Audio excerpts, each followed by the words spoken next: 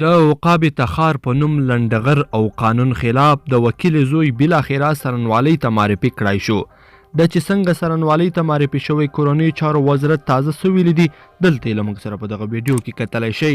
قدرمنو لیدونکو السلام علیکم، وخت مو په خیر. د پارلمان وکیل حبیبه دانش زوی څارنوالۍ ته معرفي شو.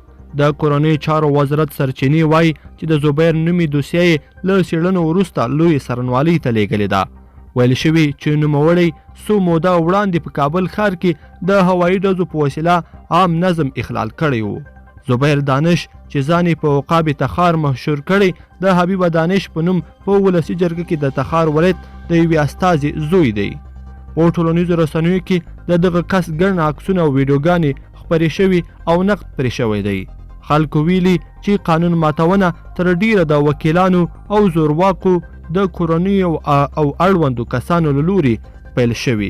دوی حکومت نه د قانون ماتونکو پر وړاندې د جدي اقداماتو غوښتنه کړې ده.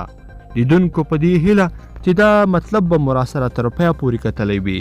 که مو دا ویډیو خوښه شوې ویډیو در سره لایک کړئ او زموږ د یوټیوب چینل هم در سره سبسکرایب کړئ. تر بلې ویډیو پورې ښه وخت.